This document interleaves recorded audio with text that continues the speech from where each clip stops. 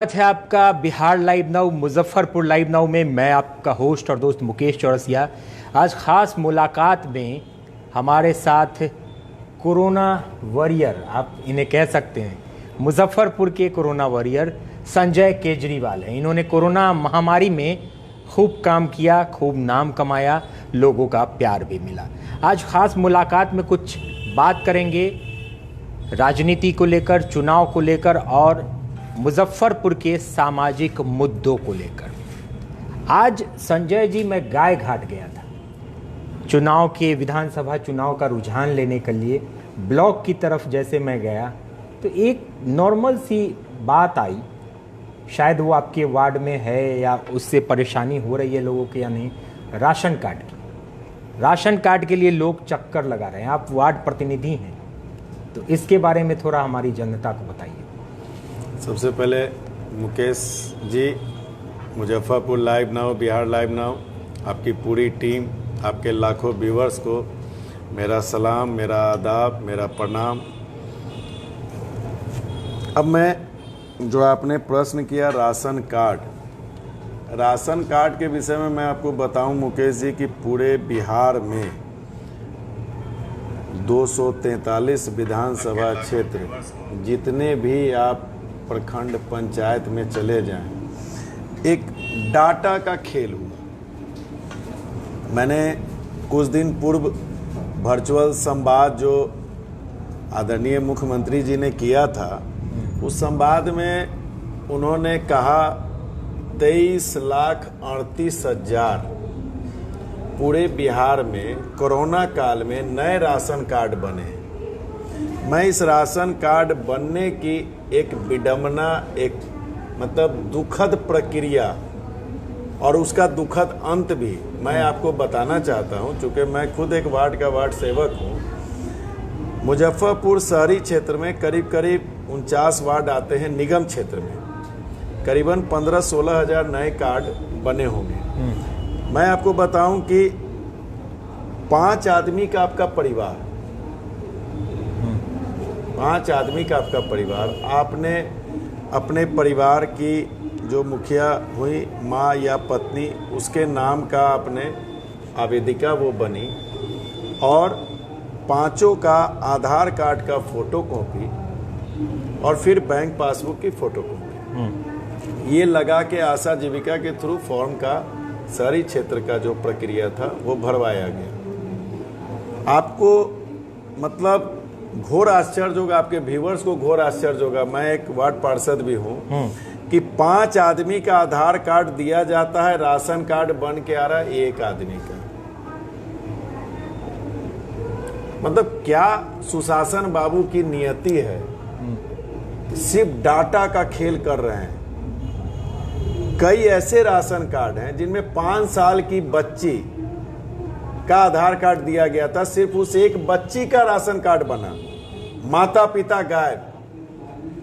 एक तरफ कोरोना वैश्विक महामारी में जो डेली मजदूरी करके खाने वाले, जिसको हम लोग दिहाड़ी मजदूर भाई कहते हैं, या रिक्शा चलाने वाले, ठेला चलाने वाले, कूड़ा बीनने वाले, वैसे लोग जो फुटपाथ पे चाय की दुकान, कचरी पेजवा की दुकान, सब्जी बेचने का काम करते थे, उन लोगों का राशन कार्ड बनने का एक आदेश जारी हुआ। मैं इसका स्वागत करता हूं कि एक काफ़ी अच्छा प्रयास था, लेकिन उस प्रयास में कितनी भारी लोचिया, मतलब एक गैप जिसको बोलते हैं, कितनी भारी कमी कि 5 आदमी का राशन कार्ड अप्लीकेंट के द्वारा अप्लाई किया जाता है, 1 का बन के आता है।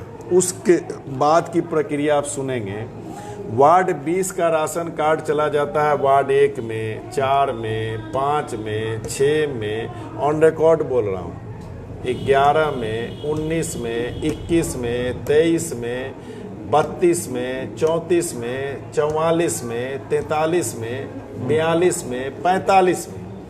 क्या भैया, सरैयागंज का उसका लोकल एड्रेस है, भारत जलपान के ठीक सामने वाल्मीकि टोला हम लोग बोलते हैं, उसका राशन कार्ड वार्ड 1 में चला जाएगा। और फिर जब वो कार्ड लेके, 1 यूनिट का कार्ड लेके भी अगर जिस डीलर, वार्ड 1 के डीलर के यहाँ वो जाता है, वो कहता है कि तुम्हारा तुम वार्ड 20 के हो, वार्ड 20 में जाके राशन मांगो। क्या ये मजाक नहीं है तो क्या है? उन गरीब मजबूर लोगों के साथ ये मजाक नहीं कर रही है सरकार तो क्या कर रही है? क्या राशन कार्ड लेके चाटेंगे लोग? और फिर हमारे माननीय प्रधानमंत्री जी कहते हैं, चूंकि ये सारा मैं आपको इसलिए बोल रहा हूं चूंकि काफ़ी वो आदरणीय है, मैं उनका जल्दी नाम नहीं लेता हूं, लेकिन वो भी कभी कभी विवश हो जाते हैं राजनीति करने पर, इसीलिए मेरी भी मजबूरी है उनका नाम लेना, कि अगर ये चुनाव का पखवाड़ा नहीं होता तो 23,38,000 क्या 23,000 भी राशन कार्ड नहीं बनते। पहली चीज़। दूसरी चीज़ है, जो उन राशन कार्ड होल्डरों को कहा गया कि हम 5 किलो आपको चावल जो है फ्री देंगे, कभी 1 किलो दाल फ्री देंगे, कभी 1 किलो चना फ्री देंगे। उस शब्द को गौर कीजिए, प्रधानमंत्री जी ने शब्द ये यूज किया था, छठी मैया तक। बिल्कुल। मेरा कहना है प्रधानमंत्री जी, आप बहुत अक्लमंद, होशमंद, होनहार, वीरवान, काफ़ी आप अद्वितीय पुरुष हैं। आप कम से कम गरीबों के पेट भरने के काम पे राजनीतिक नहीं किया कीजिए। ये मेरी एक छोटा भारतीय होने के नाते आपको सलाह दे रहा हूँ। आपके पार्टनर मुख्यमंत्री जी जो यहाँ बिहार में बैठे हैं, नीतीश कुमार जी, वो तो पेट के साथ मजाक कर ही रहे हैं कि उन राशन कार्ड होल्डरों का राशन कार्ड का एक सिर्फ थमा दिया गया। फिर मैं आपको दूसरी बात बताऊं, अभी तक 23,38,000 राशन कार्ड बंटे नहीं हैं। अभी तक 2 फेज में आया राशन कार्ड, उसमें भी प्रिंटिंग में भी मिस्टेक क्या है कि संजय कुमार केजरीवाल का राशन कार्ड दोबारा प्रिंट होके आ रहा है, विकास मित्र के द्वारा राशन कार्ड बंटवाया जा रहा है। अच्छी बात है, 2 रुपया लेने की वो भी प्रक्रिया बड़ी अच्छी है, कम से कम इसमें भ्रष्टाचार में कमी आएगी। लेकिन तीसरा फेज का पता नहीं है, चौथा फेज और होगा तो उसका पता नहीं है। तो ये सिर्फ चुनावी जुमलेबाजी हैं राशन कार्ड के मुद्दे पर। ये हर एक पंचायत, प्रखंड और शहरी क्षेत्र, हर जगह की विडंबना है। गरीब के जो कोरोना काल और फिर बाढ़ जैसी त्रासदी में एक समझिए कि ये सरकार मजाक के अलावा कुछ नहीं कर रही। एक बड़ा अच्छा सवाल आया है संजय जी, अगर आप इसका जवाब देना चाहें। जी। मूड स्प्रे राइट कुछ हमारे दर्शक हैं, उन्होंने लिखा है संजय केजरीवाल को मुजफ्फरपुर विधानसभा चुनाव लड़ना चाहिए। नहीं, इस मुद्दे पर मैं उनकी भावना को सलाम करता हूं, लेकिन मैं एक राजनीतिक दल, बिहार के सबसे बड़े राजनीतिक दल का एक छोटा सा सिपाही हूं। मुझे मेरी पार्टी ने जितना सम्मान दिया है, मेरे पिताजी भी इस पार्टी के सिपाही बन के और अंतिम यात्रा अपनी तय की। मुझे जितना इस पार्टी ने सम्मान दिया है, मेरा मकसद विधायक बनना नहीं है, मेरा मकसद है हमारे नेता आदरणीय तेजस्वी यादव जी का मुख्यमंत्री बनना। नहीं, अगर आपको मौका दिया जाता है, अगर पार्टी मौका दे देती है, ये काम जो है मुकेश जी, जैसे पार्टी के हमारे आदरणीय नेता लालू प्रसाद यादव जी, हमारे तेजस्वी यादव जी, ये नेतागण महागठबंधन के तहत हमारी पार्टी चुनाव लड़ रही है। महागठबंधन के हमारे सबसे बड़ा घटक दल हमारी पार्टी राष्ट्रीय जनता दल है। हमारे पार्टी में अभी जो हम लोगों को जानकारी है, कांग्रेस हैं, रालोसपा हैं, वीआईपी हैं और कम्युनिस्ट पार्टियों को भी जोड़ के, झारखंड मुक्ति मोर्चा को जोड़ के हमारा महागठबंधन का भी बड़ा रूप दिया जा रहा है। तो महागठबंधन के स्वरूप में एक संजय केजरीवाल के विधायक नहीं बनने से कोई फर्क नहीं पड़ेगा। महागठबंधन का जो सिपाही मुजफ्फरपुर 94 विधानसभा क्षेत्र से टिकट लेके आवेगा, मकसद है तेजस्वी जी को मुख्यमंत्री बनाना। मैं आपको एक छोटा सा किस्सा सुनाऊं इस मुद्दे पर, चूँकि ख्वाजा गरीब नवाज का आपने नाम सुना होगा। ख्वाजा गरीब नवाज जी का ओरिजिनल नाम मोइनुद्दीन चिश्ती साहब हुआ।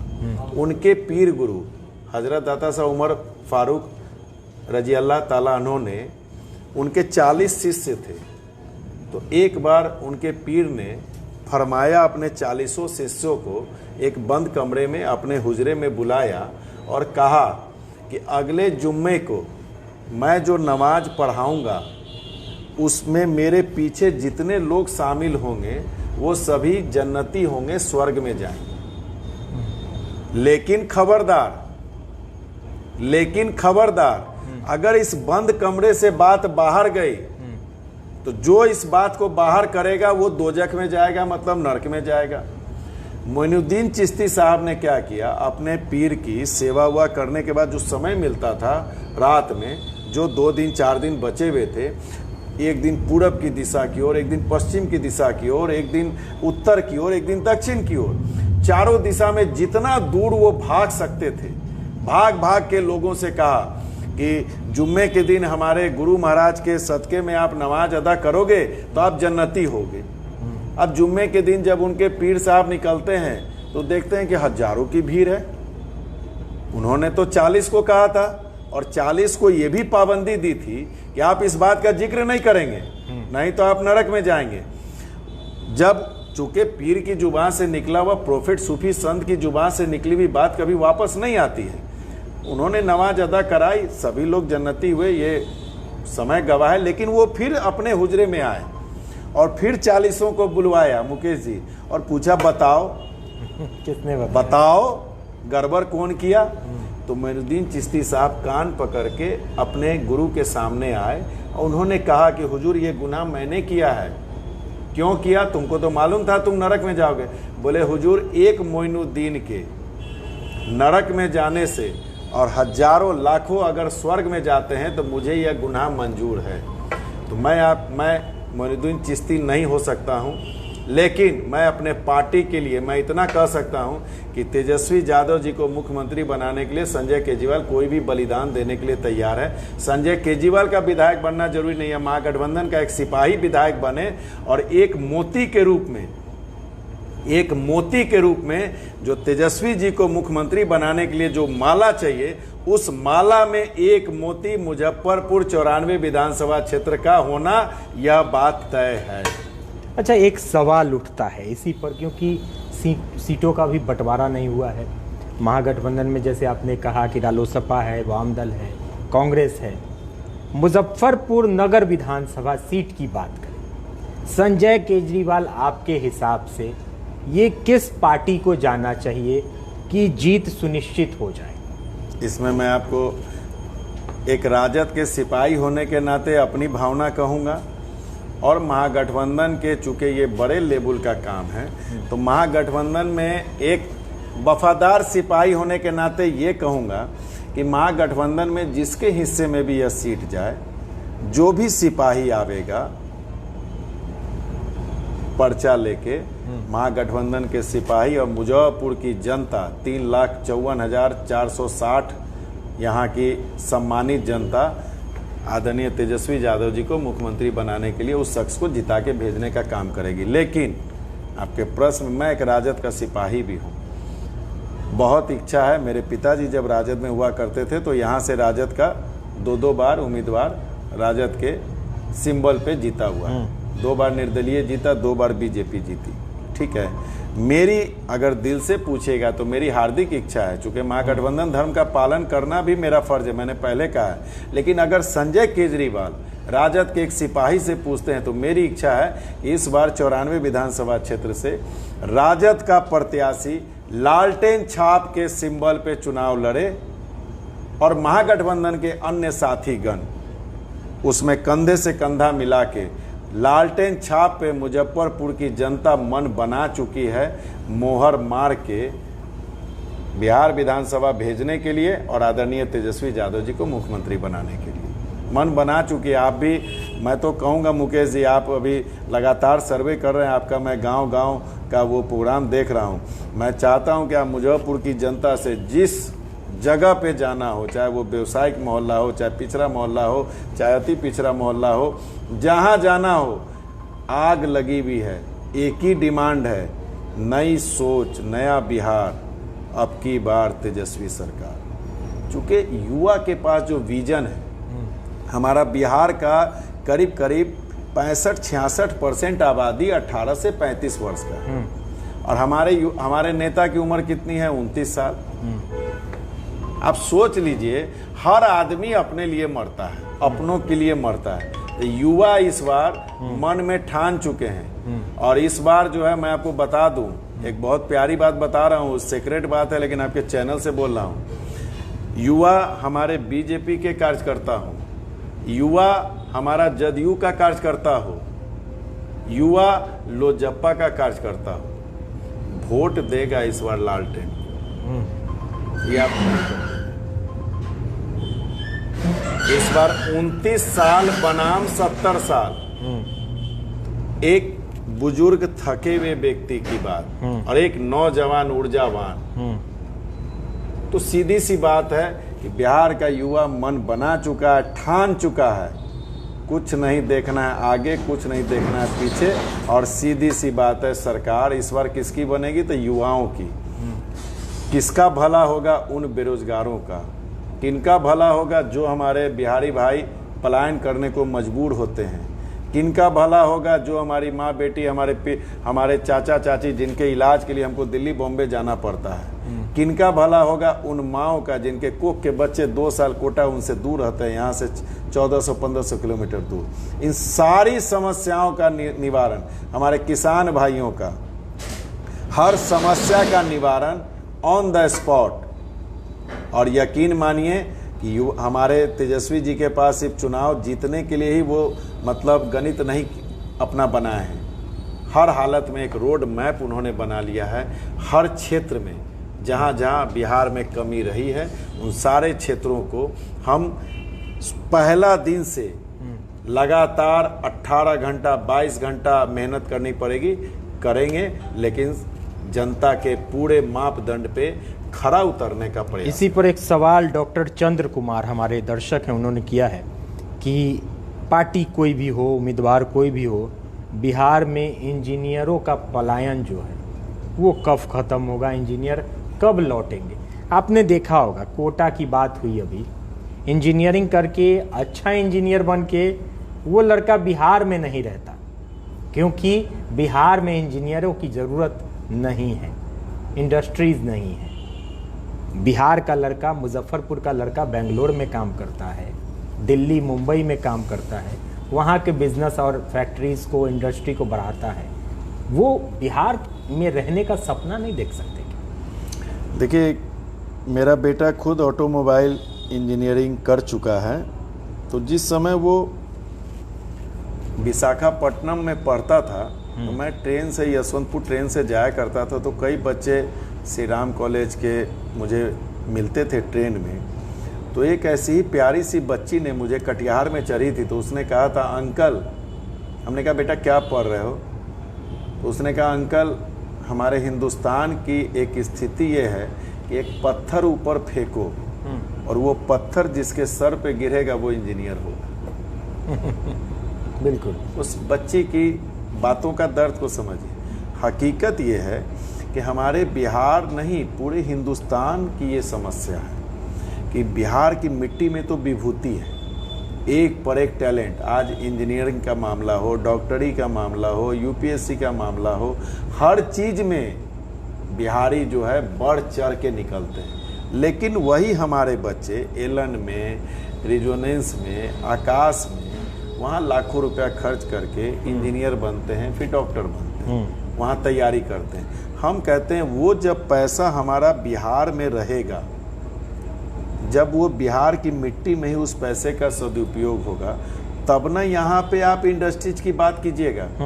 बेसिक अंतर क्या है कि बच्चों का कल्चर, यहाँ से वो 2 साल गया कोटा में रहने के लिए, वहाँ 2 साल उसको जो अपने माता पिता से अलग रहने की आदत पड़ गई, और फिर उसका कैंपस वहाँ से दिल्ली, कलकत्ता, पुणे, बॉम्बे, मतलब अन्य जगहों पे हो गया, तो वो उस ओर अग्रसरित होता है। अगर उसी बच्चे को हम मुजफ्फरपुर, पटना में, अगर हम यहाँ घर पे अपनी माँ की रोटी खा के, माँ के संस्कार के तलों बढ़ेगा। देखिए, भावनात्मक बात है। जब आज आप ही अगर 2 साल 4 साल के लिए कहीं बाहर चले जाइए, फिर आपको यहाँ आने में थोड़ा सा अपॉर्ड सा फील होता है। अगर आप लगातार सारी साधन टिल बचपन से लेके अभी तक हर चीज की साधन मुहैया अगर यहाँ होगी, एक बच्चे के पढ़ाई पर करीब करीब 1 साल का, आप जैसे लाख रुपया से कम फीस नहीं है इंस्टीट्यूट का, और करीब करीब 1.5 लाख रुपया हॉस्टल का, मतलब उसका खाने पीने का, तो 2 साल में 5 लाख रुपए का मिनिमम खर्चा। ये 5 लाख रुपया ठीक है, कोटा में हम जा रहे हैं तो कोटा के राज्य सरकार को उस आमद का फायदा हो रहा है, वहाँ का टैक्सेशन जा रहा है, इनकम टैक्स हो, सेल टैक्स हो, जितना भी मतलब टैक्स के रूप में भी वहाँ के रेवेन्यू बढ़ रही है। अगर वो 5 लाख प्रति बच्चे की जगह यहाँ पे खर्चा उसका 3 ही लाख पड़े और यहाँ बच्चे अगर रह के पढ़ेंगे तो यहाँ का टैक्स का पैसा जब यहाँ होगा, जब आपकी सरकार का इनकम ग्रोथ करेगा, तब तो कोई इंडस्ट्रीज वाला कहेगा कि बिहार सरकार की ये सालाना आय है, हम हर चीज में फिसड्डी हैं। हेल्थ सेक्टर में आपको मालूम है कितना रुपया हमारा बिहार के बाहर जा रहा है? हेल्थ और एजुकेशन, ये दोनों सेक्टर में बिहार के करीब करीब हर दूसरे परिवार की एक कमाई का आधा हिस्सा जो है, मतलब जैसे कि राज्य के बाहर जा रहा है। कभी सरकारों ने नहीं सोचा कि ये इनकम हमारी यहां रहे। आज मुकेश जी, आप इस चैनल का प्रोग्राम चलाते हैं, आपका चैनल लाखों व्यूअर देखते हैं, आपको अगर मान लिया जाए यहाँ पे अगर 100 कंपनी वाले ऐड देंगे तो आपकी ग्रोथ बढ़ेगी कि नहीं बढ़ेगी? बिल्कुल। आप यहीं पे और बड़ा इंफ्रास्ट्रक्चर डालिएगा कि नहीं डालिएगा? बिल्कुल। मेरा यही कहना है कि हम लोगों ने यहाँ पे कमा के पैसे कहाँ भेजने शुरू कर दिए? कोटा। पैसे कहाँ भेजने शुरू कर दिए? दिल्ली। पैसे कहाँ भेजने शुरू कर दिए? मुंबई। कैसे हमारी जब हमारी सरकार का इनपुट ही जीरो होगा तो कोई इंडस्ट्रीज कैसे आएगी?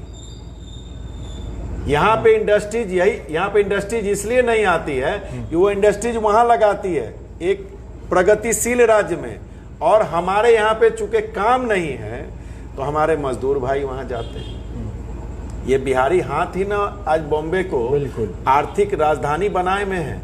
आज पुणे को, चाहे कलकत्ता हो, सूरत हो, अहमदाबाद हो, जहां भी, जयपुर है, जहां जहां आप चले जाइए मुकेश जी, मैं आपसे मतलब निवेदन करता हूं, आप कहीं चले जाइए, किसी तेलंगाना का एक न्यूज मैंने कोरोना काल में सुना था कि जब मजदूर वहां से चले आए थे तो तेलंगाना के मुख्यमंत्री ने स्पेशल ट्रेन, चूंकि वहां चावल की जितनी फैक्ट्रियां हैं उन फैक्ट्रियों में काम करने वाले हमारे बिहारी हाथ हैं, हमारे बिहारी मजदूर भाइयों के, उन्होंने स्पेशल ट्रेन भेजा कि नहीं फैक्ट्री बंद है। मैं कहता हूं कि ये हाथ तेलंगाना की फैक्ट्री चला सकते हैं नीतीश बाबू। 15 साल में आपने यहां कितनी फैक्ट्रियां लगाई? ये हाथ तेलंगाना नहीं जा सके, ये हाथ मुंबई नहीं जा सके, यहाँ सूरत नहीं जा सके, यहाँ दिल्ली, कलकत्ता, बॉम्बे, जयपुर कहीं नहीं जा सके, ये हाथ यहीं रहे। कोई प्रयास किया क्या? पूरे हिंदुस्तान में बेरोजगारी दर मुकेश जी 23% है। वारे सुशासन बाबू, बिहार का बेरोजगारी दर 46.6%। अब सोचिए क्या विडम्बना, हम कितना तरक्की कर रहे हैं। नीति आयोग का आप शिक्षा में आ जाइए, स्वास्थ्य में आ जाइए, विधि व्यवस्था में आ जाइए, हम नीचे से नंबर 1 है भैया। क्या बात, धन्य है सुशासन बाबू। चंद्र कुमार जी आपके उसी सवाल पे आएंगे। चंद्र कुमार जी का जो इंजीनियरिंग का था, मैंने वही बात कही। नहीं, डॉक्टर चंद्र कुमार जी, वो मेरा जो अगला सवाल है उन्होंने पहले पूछ दिया। जी जी जी बताइए। 15 बनाम 15 का खेल कब तक खेलेंगे? आपकी भी पार्टी 15 साल, नीतीश कुमार मुख्यमंत्री हैं बिहार के, एनडीए सरकार 15 साल का जंगल राज, आप कहते हैं 15 साल का जंगल राज। खास तौर पर उस पर डिबेट नहीं करेंगे, उस 15 साल हम मुजफ्फरपुर के 15 साल और 15 साल की बात करें। नहीं, मैं चंद्र कुमार जी को मुजफ्फरपुर सहित पूरे बिहार के परिप्रेक्ष्य में आदर के साथ जो मेरी समझ है आपको मैं जवाब देना चाहता हूं चंद्र कुमार जी, कि जिस समय लालू जी सत्ता में आए उस समय दलित, पिछड़ा, अति पिछड़ा, शोषित समाज के जितने लोग थे उसमें वैश्य समाज भी आता है। उस समय एक सामंतवाद एक पूरे बिहार में चरम सीमा पे था। गरीबों को इजाजत नहीं थी कि चप्पल पहन के किसी बड़े घराने के जमींदार के सामने से गुजर जाएं। मैं आपको यकीन के साथ मुकेश जी बता रहा हूं, चूंकि मेरी उम्र भी 48 साल हो गई, मेरा 1972 का जन्म है। 1990 के पहले, मतलब 90 में लालू जी आए, 95 में मुजफ्फरपुर से स्वर्गीय रघुनाथ पांडे जी चुनाव लड़े थे और उनके अपोनेंट में राष्ट्रीय जनता दल के एक सिपाही के रूप में पूर्व विधायक विजेंद्र चौधरी जी लड़े थे। ये लालू यादव की देन थी कि गरीब गुरबा अपने घर से निकल के वोट डालने के लिए बूथ पे लगा, नहीं तो वोट डालने का अधिकार नहीं था भाई साहब। आज संजय केजरीवाल आपके चैनल पे बैठ के बोल रहा है, मैं डॉक्टर चंद्र कुमार जी को यह कहना चाहता हूं, ये मारवाड़ी का बच्चा अगर ये बोल रहा है तो ये लालू यादव की देन है, नहीं तो एक टेलीफोन आता था, हट कौन है। तो भाई साहब लालू यादव ने, जैसे आज मैं आपको इसको इस ढंग से समझाऊं मुकेश जी, क्या रोड बनना, नाला बनना, क्या इसको विकास कहते हैं? या समाज के अंतिम पायदान पे खड़ा हुआ व्यक्ति अगर अपने आप को आपके हमारे साथ खड़ा रहने के लायक बनाता है, इसको विकास कहते हैं। मैं समझता हूं, मैं समझता नहीं हूं, दिल से समझता हूं, आत्मा से समझता हूं कि हमारे नेता आदरणीय लालू प्रसाद यादव जी ने वो सामाजिक न्याय का जो अंतिम लाइन में खड़ा हुआ व्यक्ति था, उसको मुंह में जबान देने का काम किया, उसको अपने हक हकूक के आवाज़ उठाने की एक अंदर के शक्ति प्रदान की, जिसका नतीजा है कि आज हर छोटी बड़ी बात पे, आज के डेट में आप गौर कीजिएगा, अब व्यवसाय जो है सिर्फ वैश्य समाज के अंडर में नहीं रह गया है। अब हमारे राजपूत समाज के लोग हों, चाहे ब्राह्मण समाज के लोग हों, चाहे भूमिहार समाज के लोग हों, चाहे कास्ट समाज के लोग हों, सभी लोग अब व्यवसाय करने लगे हैं। क्यों करने लगे हैं? ये सब लालू प्रसाद जी की देन है। लालू प्रसाद जी ने एक समरसता समाज का जो नारा दिया, सामाजिक न्याय, कि दलित, पिछड़ा, शोषित, अति पिछड़ा, अल्पसंख्यक, जिसको कि हम अपने सामने खड़ा रहने की जुर्रत उसकी नहीं थी, उसको हमने अपने साथ बैठाने का काम किया। ये लालू प्रसाद जी की देन थी। तो 15 साल फिर मैं आता हूं चंद्र कुमार जी के उस प्रश्न के पूछने के ध्येय के ऊपर। जरूर चंद्र कुमार जी, हमारी पार्टी की कुछ नीतियों में, हमारे सत्ता के क्रम में, शासन करने के क्रम में हमसे जरूर कोई त्रुटि हुई होगी, जिसके लिए हमारे नेता तेजस्वी यादव ने, मैं क्यों अपने नेता का फैन हूं कि आज के ज़माने में मैंने इतनी कम उम्र में इतना परिपक्व इंसान नहीं देखा, जो अपनी गलतियों को चैनल के माध्यम से खुले मंच पर सहजता से स्वीकार करता है कि हाँ, हमसे गलती हुई होगी। और हमारे नेता ने भी माफ़ी मांगी है मुकेश जी, आप भी जानते हैं, उस इंटरव्यू में आप भी थे। तो मैं हाथ जोड़ के कहता हूं कि जरूर हमसे कोई गलती हुई होगी, अभी जनता मालिक होती है। हमसे गलती हुई तब तो हम 2005 से हम सत्ता से बाहर हैं। मेरा कहना है कि हमने गलती की, हम सत्ता से बाहर हैं। आपको सत्ता इसलिए दी गई थी कि आप जो विकास का काम आप जनता से वादा करके आए, उस विकास के काम को आप एक ऊंचाई तक ले जाते, लेकिन आप 15 साल में अपने किए हुए का कोई ब्यौरा नहीं देते। आप सिर्फ आज भी जदयू हो चाहे भाजपा हो, ये दोनों के नेताओं का एक ही स्लोगन है, 15 साल जंगल राज। तो भैया मैं ये पूछ रहा हूं कि क्या आपका 15 साल मंगल राज है? तो फिर नीति आयोग का सारा रिपोर्ट, केंद्र में तो आपकी सरकार है, नीति आयोग राष्ट्रीय जनता दल की तो संस्था नहीं है कि हम उसमें अपना कोई मैनिपुलेट कर दिए हों। आपका आयोग, केंद्र में आपकी सरकार, राज्य में आपकी सरकार, फिर निचले नंबर पे, नीचे से पहले नंबर पे हम क्यों हैं? तो चंद्र कुमार जी, मैं इतना ही कहूंगा आप जैसे जागरूक लोगों से कि एक बार 5 साल का मौका जरूर दीजिए। अगर हम खरा नहीं उतरे, आपके हाथ में ताकत है 5 साल में एक बार मत देने की। और मैं इस पे भी एक बहुत प्यारी सी बात मुकेश जी, आपकी इजाजत हो तो कहना चाहूंगा। 2 शब्द आते हैं हम इंसान के जीवन में, एक कन्यादान, ठीक है, और एक मतदान। कन्यादान हम अपनी बेटी का करते हैं, लेकिन जब हम बेटी का संबंध किसी से जोड़ते हैं तो लड़के के विषय में, लड़के के परिवार के विषय में, उनकी सारी स्थिति के विषय में हम पता लगाते हैं और तब संबंध जोड़ते हैं। उसको हम लोग कन्यादान बोलते हैं। माता पिता अपने घर की लक्ष्मी को बिल्कुल उस दूसरे के घर के आंगन की रोशनी जब बनाता है तो कन्यादान का सौभाग्य प्राप्त होता है। लेकिन वो अगर एक बेटी है तो एक ही बार जीवन में मिलेगा, 2 है तो 2 बार मिलेगा, अगर भगवान किसी को 5 लक्ष्मी दी है तो 5 बार मिलेगा। लेकिन मतदान तो हमको हर 5 साल पे, राज्य का चुनाव हो तो विधानसभा के रूप में, लोकसभा का चुनाव हो तो हमको लोकसभा के रूप में, तो मतदान को भी मैंने मत को बेटी के रूप में, चंद्र कुमार जी आपसे विनती है कि मत को भी बेटी के रूप में आप पसंद कीजिए।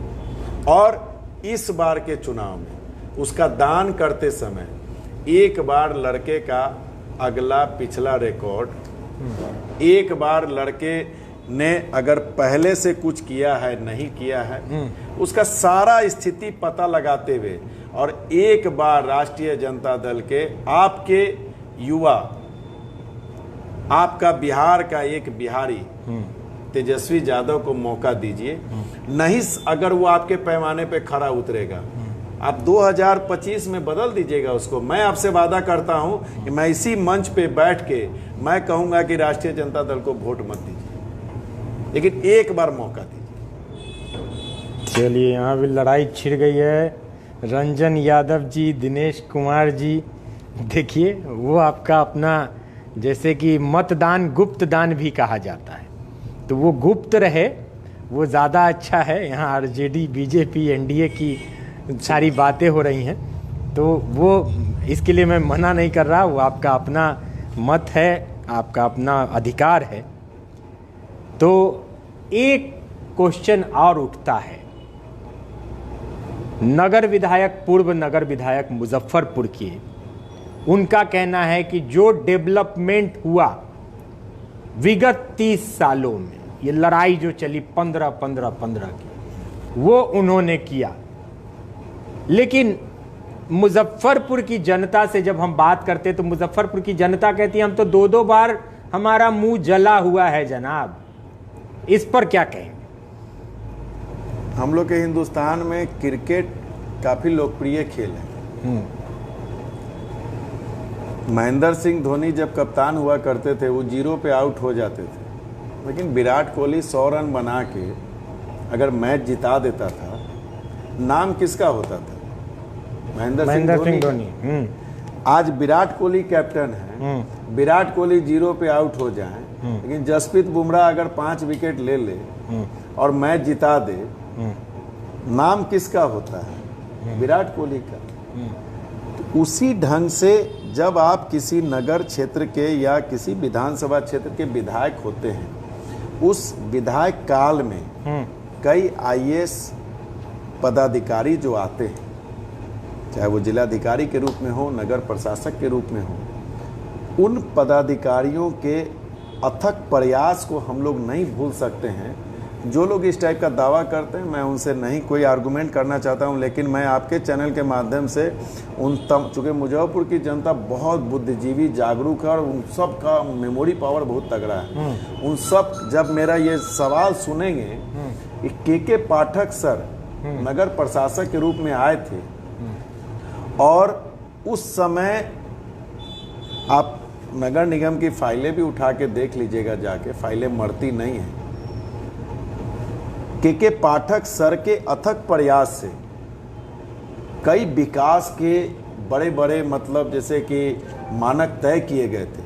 चूंकि विधायक आप हो तो रीजन तो आप ही का कहलावेगा। सीधी सी बात है कि कैप्टन को उपलब्धि मिलती है। आज अगर यहाँ के विधायक हैं सुरेश शर्मा जी, नगर विकास मंत्री भी हैं, अगर नगर निगम के कमियों के कारण या उनकी इच्छा शक्ति की कमियों के कारण शहर में इस बार काफी जल जमाव हुआ, काफी परेशानी हुई, उनसे प्यार करने वाले लोग भी उनको मतलब जैसे कि 0 मार्क्स दे रहे हैं कि नहीं दे रहे हैं। और अगर वही चीज अगर निगम करता अच्छा ढंग से सफाई, वो अगर साल भर 2 साल पहले से मॉनिटरिंग करवाए रहते तो पानी नहीं लगता, तो सेहरा किसके सर बनता? उनके सर बनता ना। तो हम कहते हैं कि जब अच्छा होगा तो सेहरा हम ले लेंगे अपने सर, खराब होगा तो किसके सर? लोग कहते हैं कि स्मार्ट सिटी हमने बना दिया। ठीक है, महापौर उस समय हमारे तो पारिवारिक रिश्ते हैं, बरसा सिंह जी थी, लेकिन उस समय फिर एक आईएएस नगर आयुक्त थे हिमांशु शर्मा जी। आप निगम के एक एक कर्मचारी से पूछिए, मुजफ्फरपुर की जनता से पूछिए, हिमांशु शर्मा जी के उस कार्यकाल को नहीं भुलाया जा सकता है। लेकिन श्रेय मिलना चाहिए मतलब बरसा सिंह जी को, चूंकि निगम की तो कैप्टन वो हैं, लेकिन अब उसमें भी नेता लोग घुस के श्रेय लेने लग जाते हैं। मैं ये समझता हूं कि विकास के मामले में राजनीतिक नहीं होनी चाहिए। विकास के मामले में अगर राजनीतिक हो तो राजनीतिक का पैमाना इस तरीके का हो, जैसे कोचिंग क्लासेज, पूर्व के ज़माने में मुकेश जी होम ट्यूटर आया करते थे पढ़ाने के लिए। आज इंस्टीट्यूट का ज़माना क्यों डेवलप किया कि जब 40 बच्चे एक रूम में बैठ के पढ़ते हैं और अगले दिन जब वो मास्टर पूछता है सबसे कि ये टास्क कंप्लीट करके लाए कि नहीं लाए, तो उन 40 की नज़र में एक बच्चा जो नहीं बना के लाया रहता है या 2 बच्चे नहीं लाते, उनको अपना हेदृष्टि फील होता है, अपना अनईजी फील करते हैं, अपने आप को डिमोरलाइज फील करते हैं। तो हर एक बच्चे आज के डेट में इंस्टीट्यूट से आगे बढ़ते चले गए, उनके अंदर एक इजाफा होते चल गया उनकी क्वालिटी में। मैं कहता हूं पॉलिटिक्स में भी एक कंपटीशन आप ये करो कि मुकेश जी ने अगर 100 गलियां बनवाई हैं तो हम 125 गलियां बनवाएंगे। बिल्कुल, ये कंपटीशन का पैमाना होना चाहिए। बिल्कुल, जनता को विकास चाहिए, जनता को यह न दिखाइए। नीतीश जी से मैं यह कहना चाहता हूं कि 15 साल वो गलत था, आप उसको याद नहीं कीजिए, आप अपने काम को बताइए कि आपने क्या किया 15 साल। वैसे ही जिन जनप्रतिनिधि का आपने नाम लिया वो कहते हैं मैंने गली गली बनवा दिया। ये सारी चीजें बोलने की नहीं है। आपने अगर किया था 95 में, 2000 में जनता आपको चुनी ना, फिर 2000 में भी आप अच्छे साबित हुए तो 2005 में आपको चुनी ना। ये बोल के आप क्या जताना चाह रहे हैं कि 1995 के पहले शहर की गलियां मतलब थी ही नहीं, मुजफ्फरपुर के शहरी लोग नरक में रहते थे। इन सारी बातों से ऊपर उठ के मुकेश जी, बात होनी चाहिए आज के वर्तमान की। आपके पास रोड मैप क्या है करने का? आप जनता से जो वादे कर रहे हो उसको आप निभाना चाहते हो कि नहीं? ये नौटंकी नहीं चलेगी कि हमको एक मौका दीजिए, हम फिर ही करके दिखा देंगे। आपने किया क्या है पहले उसका रूपरेखा दीजिए। और चूंकि ये चुनावी मंच का नहीं है, चूंकि आपने सामाजिक मुद्दे की बात की थी, नहीं तो अगर खोलने के लिए बैठूंगा मुकेश जी, तो मेरे पास फहरिस्त है उन नेताओं की जो निगम के माध्यम से जिन्होंने कितना काम किया है, अपना किया कि जनता के लिए किया। इसीलिए मुंह नहीं खुलवाइए। चलिए उसको हम दूसरे डिबेट में रखेंगे। जी जी जी। चलते चलते एक बहुत ही दिल को छूने वाला सवाल है जो मुजफ्फरपुर की जनता के दिल से जुड़ा हुआ है। संजय केजरीवाल, एक सवाल, मुजफ्फरपुर की जनता अब सोच रही है कि एयरपोर्ट नहीं बनेगा। दरभंगा में बुकिंग चालू हो चुकी है, दरभंगा में अब कुछ दिनों के बाद एयरपोर्ट चालू हो जाएगा, वहाँ से प्लेन भी जाना शुरू हो जाएगा। एम्स चला गया। उत्तर बिहार की अघोषित राजधानी सिर्फ कहने के लिए है क्या मुजफ्फरपुर? हम बोलते हैं कि अघोषित राजधानी में है, लेकिन एयरपोर्ट आप दरभंगा में दे देते हैं। मुजफ्फरपुर की जनता, राष्ट्रीय प्रवक्ता भाजपा के संबित पात्रा मुजफ्फरपुर आए थे, उनसे मैंने सवाल किया कि मुजफ्फरपुर की जनता पूछती है सवाल कि एयरपोर्ट का क्या होगा। तो उन्होंने कहा दरभंगा में बना है ना, मुजफ्फरपुर तो मेरे दिल में बसता है, हमारे दिल में बसता है। इस पर आपकी क्या राय? काफ़ी लंबा प्रश्न है, कई इसके जवाब होंगे। सबसे पहली चीज़ तो आपको मुकेश जी मैं ये बता दूं कि कोई नवंबर से उड़ने नहीं जा रहा है प्लेन। आप कल मेरे साथ चलिए दरभंगा एयरपोर्ट पे। एक आरटीआई दरभंगा के ही एक व्यक्ति ने डाली थी, सिविल एविएशन डिपार्टमेंट के द्वारा यह बताया गया कि अभी 70 दिनों का काम बाकी है, मतलब 55% काम अभी बाकी है। चूंकि ये नवंबर इसलिए बोल रहे हैं कि 29 नवंबर को बिहार विधानसभा का गठन होना है।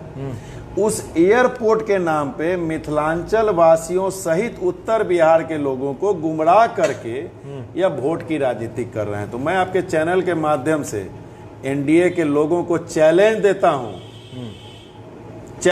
हूं कि 8 नवंबर का अगर तुम बोल रहे हो तो चालू करके दिखा दो। क्या तो तुम झूठे हो या तुम्हारा केंद्र सरकार का मंत्रालय झूठा है। ये बहुत बड़ी सच्चाई मैंने आपके चैनल के माध्यम से कही और इसको आप गांठ मान लीजिए। कल चलिए मेरे साथ दरभंगा, पता कर लीजिए, ये चुनावी जुमले हैं, पहली चीज। दूसरी चीज मैं आपको बताऊं कि मुजफ्फरपुर से आपने कहा एम्स चला गया, तो यहां पे एक प्रश्न पैदा उठता है कि हम लोग जब सांसद चुनते हैं 5 साल में, जो मैंने अभी से कुछ देर पहले आपसे कहा, विधायक चुनते हैं, तो हम लोग क्या करते हैं? सांसद चुनते हैं मोदी जी के नाम पर, विधायक चुनते हैं सुशासन बाबू और मोदी जी के नाम पर। अपनी इच्छा शक्ति जिस दिन मुजफ्फरपुर वासी आप दिखा दोगे, किसी माई के लाल में हिम्मत नहीं है कि एम्स दरभंगा ले जाएगा और एयरपोर्ट दरभंगा ले जाएगा। हमारे सांसद इस बार का चुनाव जीतने के पहले ही कीर्ति आजाद जी के लेटर पैड पर अपना समर्थन दे चुके थे। क्यों जिताया मुजफ्फरपुर के जिला के वासियों ने अजय निषाद जी को? क्यों जिताया वैसे सांसद को? मैं तो ये आपके चैनल के माध्यम से पूछना चाहता हूँ। दूसरा, एक आपको नियम बता दूं कि एक नागरिक उड्डयन मंत्रालय का एक लॉज भी है, 90 किलोमीटर का शायद रेडियस के अंदर में दो नहीं हो सकते हैं। तो मुजफ्फरपुर के लोग भूल जाएं, उसके बावजूद भी बड़ी सटीक बात बोलना चाहता हूं, और मुजफ्फरपुर की जनता भी मेरी याददाश्त के मामले में बहुत तेज है। अभी 2019 के लोकसभा के चुनाव में हमारे यशस्वी प्रधानमंत्री आदरणीय नरेंद्र मोदी जी पताही हवाई अड्डे पर उन्होंने एक जनसभा को संबोधित किया था। मुकेश जी, जरा मुझे आप कंफर्म कर दें, मैं जो बोल रहा हूँ गलत हूँ तो मैं माफ़ी मांगूंगा, सही हूँ तो हाँ कह दीजिएगा। उन्होंने पुनः इस बार, जबकि वहाँ दरभंगा में काम शुरू है, उसके बाद भी उन्होंने 2019 के लोकसभा चुनाव के लिए जनसभा को संबोधित करते हुए मन से कहा कि ये पताही हवाई अड्डा है और यहाँ से एरोप्लेन उड़ेगा। बिल्कुल, मैं घोषणा करता हूँ। बिल्कुल। मैं कहता हूँ कि जिन राजनीतिक दलों के लोग सिर्फ एक नब्ज पकड़ लिए हैं बिहार वासियों की, अब मोदी जी को एक मामले में मैं उनको मतलब जैसे सैल्यूट करता हूं, उनको अपना माल बेचने आता है। हम विपक्ष के लोग उस मामले में कमजोर हैं, हम लोग माल अपना बेच नहीं पा रहे हैं, हम लोग दोषारोपण मोदी पे करते हैं। मैं कहता हूं कि मोदी जी के ऊपर दोषारोपण करने की बजाय अपना माल बेचने का सलीका बदल दो। तुम भी उस रेस में शामिल हो जाओ। जैसे बचपन में हम लोग स्कूल में पढ़ते थे, एक बड़ी लकीर एक छोटी लकीर, तो ज़्यादातर बच्चे क्या करते थे, बराबर करने के लिए बड़ी लकीर को मिटा देते थे। मेरे पिताजी कहा करते थे कि तुम छोटी लकीर हो तो तुम अपनी लकीर उससे बड़ी खींच लो। ठीक है, आप एक चीज़ बताइए मुकेश जी, आदरणीय प्रधानमंत्री मोदी जी एनडीए के इतने बड़े नेता, विश्व गुरु क्या क्या उपाधि है उनके पास, भाई तो बहुत छोटा सा आदमी हूँ, वो भी 2019 में झूठ बोल के गए। तो हम लोग कहाँ विधायक सांसद को हम लोग जैसे कि कहते हैं कि नकारा है, जब प्रधानमंत्री भी हम लोग से झूठ बोल के वोट लेके चला जाता है। अभी आप एक चीज़ हमको बताइए, आप मुजफ्फरपुर में पत्रकारिता जब से कर रहे हैं पिछले जितने सालों से, ये अगर चुनाव नहीं होता 2020, ये जो मतलब 100 करोड़ नहीं हजारों करोड़ का जो किस्त वाइज जो हम लोग को बिहार की जनता को जो इतना पैकेज मिल रहा है, ये उद्घाटन वो उद्घाटन, मैं तो कहता हूँ मोदी जी एक काम कर दीजिए, 2 साल का विधानसभा का मतलब सत्र बना दीजिए। हर 2 साल पे हर 2 साल पे विधानसभा का चुनाव हो हर 2 साल पे लोकसभा का चुनाव हो, आप इतना बिल पास करवा दीजिए ना, जनता को आपसे कुछ मांगने का जरूरत नहीं पड़ेगा। वो जनता वोट से औकात बता देगी, फिर झूठ के स्लोगन पे भी वोट नहीं देगी। अब मैं आपको कुछ बातें जो अभी बताऊं, स्मार्ट सिटी का जैसे उद्घाटन हुआ, कितने तारीख को हुआ है? 24 अगस्त को, 4 परियोजना का। आज का पेपर पढ़िए, पेपर में न्यूज क्या है मालूम है? उन 4 परियोजना का शिलान्यास हो गया, वर्क ऑर्डर अभी तक नहीं दिया गया है, ना ही वर्क ऑर्डर दिया जा सकता है, चूंकि एसवीपी का गठन नहीं हुआ है। एसवीपी के लिए जो मार्केटिंग मैनेजर हो गए, या उसके टेक्निकल हेड हो गए, या उसके इंजीनियरिंग सेक्शन के हो गए, या उसके सॉफ्टवेयर इंजीनियर हो गए, जितने लोगों के लिए जो पद का जो उसका निकला था इंटरव्यू का, वो इंटरव्यू हो गया। अब जब तक आप टीम का गठन नहीं कर लोगे, तब तक आप वर्क ऑर्डर नहीं दे सकते हो। आप सोचिए कि किस आपाधापी में ये लोग लगे हुए हैं, खाली शिलान्यास उद्घाटन, शिलान्यास उद्घाटन। जनता तो, बिहार की जनता बहुत ही मतलब सुसंस्कृतिक, संस्कारिक और अच्छे, मतलब जमीन से जुड़ी हुई जनता है। किसी के भोले लोक लुभावने सपने को जो मतलब सुनती है ना, तो बड़ी भरोसा कर लेती है। लेकिन भरोसा जब टूटता है ना, तो फिर उसके बाद जैसे शीशा एक बार टूट जाए, उसको आप जोड़ भी दीजिए, दाग रह जाता है। नीतीश जी ने और आदरणीय मोदी जी ने जितना बिहार की जनता का, 12 करोड़ जनता का दिल तोड़ा है मुकेश जी, इस बार का 2020 का चुनाव, मैं आपको बता दे रहा हूँ, आज आप कहीं नोट कर लीजिए मेरी बात को, आपके यहाँ तो रिकॉर्ड भी रहेगा।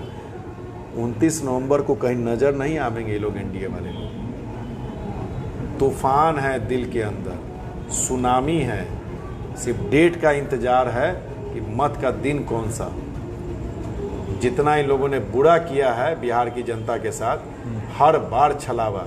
लोग भूल गए हैं क्या कि कोरोना में अपना सिलेंडर लेके हॉस्पिटल जा रहे थे? लोग भूल गए हैं क्या बाढ़ में? लोग भूले नहीं हैं, भूले नहीं हैं, सब याद है। लेकिन हम लोग को एक आदत थी, हम लोग भावनात्मक व्यक्ति हैं, बिहार की जनता भावनात्मक है। एक बार किसी को प्यार करने लगती है तो लंबे समय तक प्यार करने लगती है। तो मैं आज आपके चैनल के माध्यम से ये भी कहता हूँ कि थोड़ा सा राजस्थान की राजनीति को देखिए, थोड़ा सा साउथ की राजनीति को देखिए, और बिहार की जनता से भी एक अपील है कि जैसे आज मैं आपसे माफ़ी के साथ हाथ जोड़ के 5 साल अपने नेता के लिए मांग रहा हूँ, अगर हम कुछ नहीं कर पाए, हम लोगों को बड़ी से बड़ी सज़ा दीजिए। बड़ी से बड़ी सज़ा क्या होती है राजनीतिक दलों की? उसको सत्ता से बेदखल करना। लेकिन अगर आपके पैमाने पर खरा उतरे तो एक बार मौका जरूर दीजिए, हाथ जोड़ के विनती है, एक बार मौका जरूर दीजिए। तो डॉक्टर चंद्र कुमार जी, ये सवाल जो है, ये सरकार के पक्ष के लोग जब आएंगे यहाँ पर, एनडीए के कोई लोग आएंगे, उनसे हम पूछेंगे कि टेक्निकल यूनिवर्सिटी नहीं बना मुजफ्फरपुर में, एक भी टेक्निकल यूनिवर्सिटी नहीं बना। मैं जवाब देता हूँ इनको।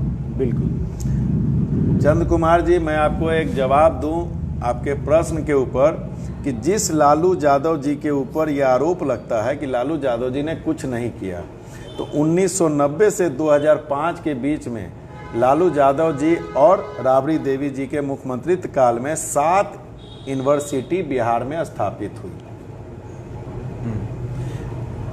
उस समय चूँकि चंद्र कुमार जी सहमत होंगे, इंजीनियरिंग का जो पढ़ाई लिखाई का था उस समय, जैसे MIT वगैरह सरकारी से इतना इंजीनियरिंग का स्कोप ये बना है 90, 95, 2000 के बाद के सिनेरियो में एक मतलब क्रांति आई है शिक्षा जगत में। तो उस समय 7 यूनिवर्सिटी देने का काम किया। लेकिन चंद्र कुमार जी, बड़े दुख के साथ कहना चाह रहा हूँ कि नीतीश कुमार के 15 साल के शासनकाल में एक यूनिवर्सिटी नहीं बनी। अब आता हूं आपके प्रश्न के ऊपर कि टेक्निकल जो है यूनिवर्सिटी बिहार में नहीं स्थापित हो पाई। मुजफ्फरपुर में भी नहीं हो पाई। बिहार में भी मैं समझता हूं कि जिस रेशियो में चाहिए उस रेशियो में नहीं लग पाई। मैं आपसे वादा करता हूं चंद्र कुमार जी कि हमारी सरकार अगर सत्ता में आती है तो मैं सत्ता शुरू होने के पहले दिन से मैं आपको एक प्रयास करके अपने नेता के जो वादे हैं, जो नेता की सोच है, उस पर विश्वास के साथ खड़ा होकर कहना चाहता हूं कि मुजफ्फरपुर में एक टेक्निकल कॉलेज की स्थापना और कराऊंगा, यह मैं वचन देता हूं। तो चलिए, ये टेक्निकल यूनिवर्सिटी भी बन जाएगी, लेकिन उसके लिए पहले आपको सरकार बनानी होगी और जनता सरकार चंद कुमार जी लोग ही तो बनाएंगे। जनता मुकेश जी, बिल्कुल चंद्र कुमार जी जैसे ही बिहार के जो 12 करोड़ मालिक हैं, यही लोग तो सरकार बनाएंगे। सरकार तेजस्वी यादव मुख्यमंत्री बनेंगे या आज नीतीश जी मुख्यमंत्री हैं, तो कोई मतलब ऊपर से वसीयतनामा है क्या? नहीं, जनता बनाती ये है। जनता बनाती है। और मैं यही चीज़ आपके चैनल के माध्यम से सभी लोगों से अपील करता हूं, एक मौका आप दें और फिर देखें। अगर आपके विकास के पैमाने पर हम अगर 50% से नीचे की स्थिति में रहे तो हम 2025 में आपसे मैं वोट मांगने नहीं आऊँगा, मैं वादा करता हूँ। चलिए, पब्लिक है, ये सब जानती है और 5 साल में एक बार पब्लिक, जनता भगवान होती है, वो हम भी मानते हैं।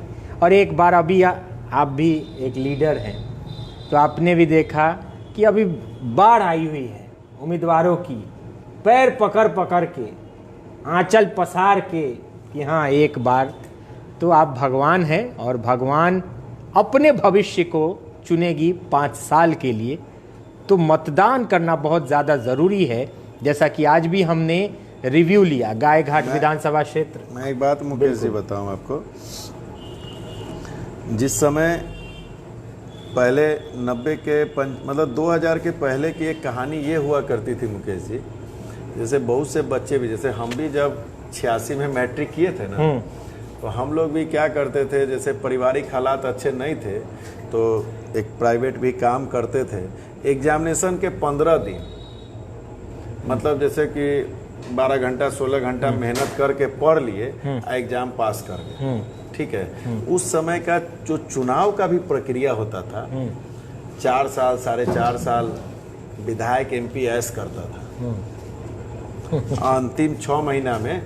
लेकिन जब से ये जो चैनल इलेक्ट्रॉनिक मीडिया, आज के डेट में मैं एक बात आपके चैनल के माध्यम से व्यूअर्स को भी कहना चाहता हूं कि उस नेता को चुनिए जो जिस दिन उसको सर्टिफिकेट आपके आशीर्वाद से मिले और अंतिम दिन जो उसका 5 साल पूरने वाला हो, उस प्रत्येक दिन का लेखा जोखा अगर वो आपके साथ साझा न करे, प्रत्येक दिन का लेखा जोखा, मैं बहुत ईमानदारी और विनम्रता के साथ कह रहा हूं, आपका जनप्रतिनिधि, आप जानते हैं मुकेश जी, जनता जो वोट देती है उससे क्या क्या सुख आप भोगते हैं। लाखों रुपया तनख्वाह है आपकी, पटना जैसे शहर में आलीशान मकान, फ्लाइट में फ्री, ट्रेन में AC में फ्री, गाड़ी है, गार्ड है। आप क्या समझ रहे हैं, ये जनता मालिक सिर्फ आपको विधायक नहीं चुनती है, आपका स्टेटस पर करोड़ों रुपया जो खर्चा होता है वो उसी जनता के टैक्स के पैसे से आपके सारे चीज का भुगतान। 3 गार्ड का मतलब समझ रहे हैं भाई साहब, 2 लाख रुपया महीना हो गया। 2 लाख रुपया कहाँ से सरकार देती है? उसी जनता के टैक्स के पैसे से। यह न सोचिए कि सिर्फ एक विधायक बना दिए, आपके ऊपर जनता का टैक्स का बोझ बढ़ता है तो कैसे उसको चुकाइएगा? जनता के साथ पूरी ईमानदारी से काम करके, समय उसके साथ देते हुए, उसके हर दुख सुख में शामिल होते हुए और अपने निधि कोष का पूरा उपयोग करते हुए, और जो योजना की जरूरत है जिस क्षेत्र में, शिक्षा में, स्वास्थ्य में, उस क्षेत्र में मंत्री से हो, मुख्यमंत्री से हो, मिलके और उस योजना को धरती पे ला के उतार के, तब आपको जनता के बीच वोट मांगने की जरूरत नहीं पड़ेगी अगले 5 साल के बाद। आज क्यों मैं कहता हूं कि वोट मांगने की जरूरत पड़ रही है आपको? इसलिए 4.5 साल आप सोए रहते हैं। मैं नाम नहीं लेना चाहता हूं, जो अभी बड़े बड़े नेता हैं मुजफ्फरपुर की धरती पर, जो विधानसभा चुनाव के लिए खूब दम भरते हैं, काफी तैयारी शुरू कर दी है। मुकेश जी, मुझे याद है कई चैनल वाले उन नेताओं से 15 अगस्त का जब उनसे मांगा था, ये क्या बोलते हैं, एक मतलब जैसे शुभकामना संदेश, तो उन्होंने कहा न कोरोना है अभी न आव, पैसा तू हमरा से ले लिया, हमार नाम नोट करके रख ला, लेकिन ना आवा। तो सोचिए कि 25 मार्च से लॉकडाउन शुरू हुआ, 15 अगस्त तक जिसको कोरोना का डर लग रहा है, जिस नेता को, वो चले हैं जनता का सच्चा मतलब सुख साथी बनने के लिए। अरे दुख के साथी हो ही नहीं यार, तुम लोग सुख के साथी हो। जिस दिन जनता के बीच आप सही ढंग से अपने कर्तव्य का निर्वहन कर लीजिएगा मुकेश जी, उस दिन कभी आपको जनता के बीच जाके यह नहीं बोलना पड़ेगा कि हम खरल हती हमरा वोट दो। आपके सामने उदाहरण है वार्ड 20, 24 घंटा जनता के बीच खड़ा रहता हूं, कोई सुख दुख हो। और मैं तो आपके चैनल के माध्यम से पूरे बिहार नहीं, पूरे हिंदुस्तान के जनप्रतिनिधियों से विनती करना चाहता हूं, ये जनता जो वोट का आशीर्वाद देके, आपको अपने मत का दान देके, आपको जो वो सौभाग्य प्राप्त कराती है, उस पद के लायक बनाती है, उसके साथ बेईमानी मत कीजिए। बिल्कुल, और अपने मताधिकार का प्रयोग जरूर करें, क्योंकि ये आपके 5 साल का भविष्य है। नोटा ना दबाएं, नोटा की बात भी आज बहुत जगह पर हुई। बहिष्कार ना करें, वोट दें, सही उम्मीदवार चुनें। और होमवर्क जैसे हम कर लेते हैं, तो पहले होमवर्क कर ले उस उम्मीदवार के बारे में, तभी आप उम्मीदवार को चुनें और वोट करें, क्योंकि 5 साल आपके लॉक हो जाते हैं आपके उस एक वोट के कारण। तो आज खास मुलाकात में हमारे साथ थे वार्ड नंबर 20 के वार्ड पार्षद संजय केजरीवाल और युवा राजद के प्रदेश महासचिव। बहुत बहुत धन्यवाद आपका संजय जी, हमारे साथ सामाजिक मुद्दों पर बात करने के लिए। आगे भी चर्चाएं जारी रहेंगी और राजनीतिक मुद्दों पर भी चर्चा करेंगे जब आपके महागठबंधन का पिटारा खुल जाएगा। चलिए, तब तक के लिए ताज़ा तरीन खबरों के लिए बने रहे Bihar live now, Muzaffarpur live now के साथ। नमस्कार।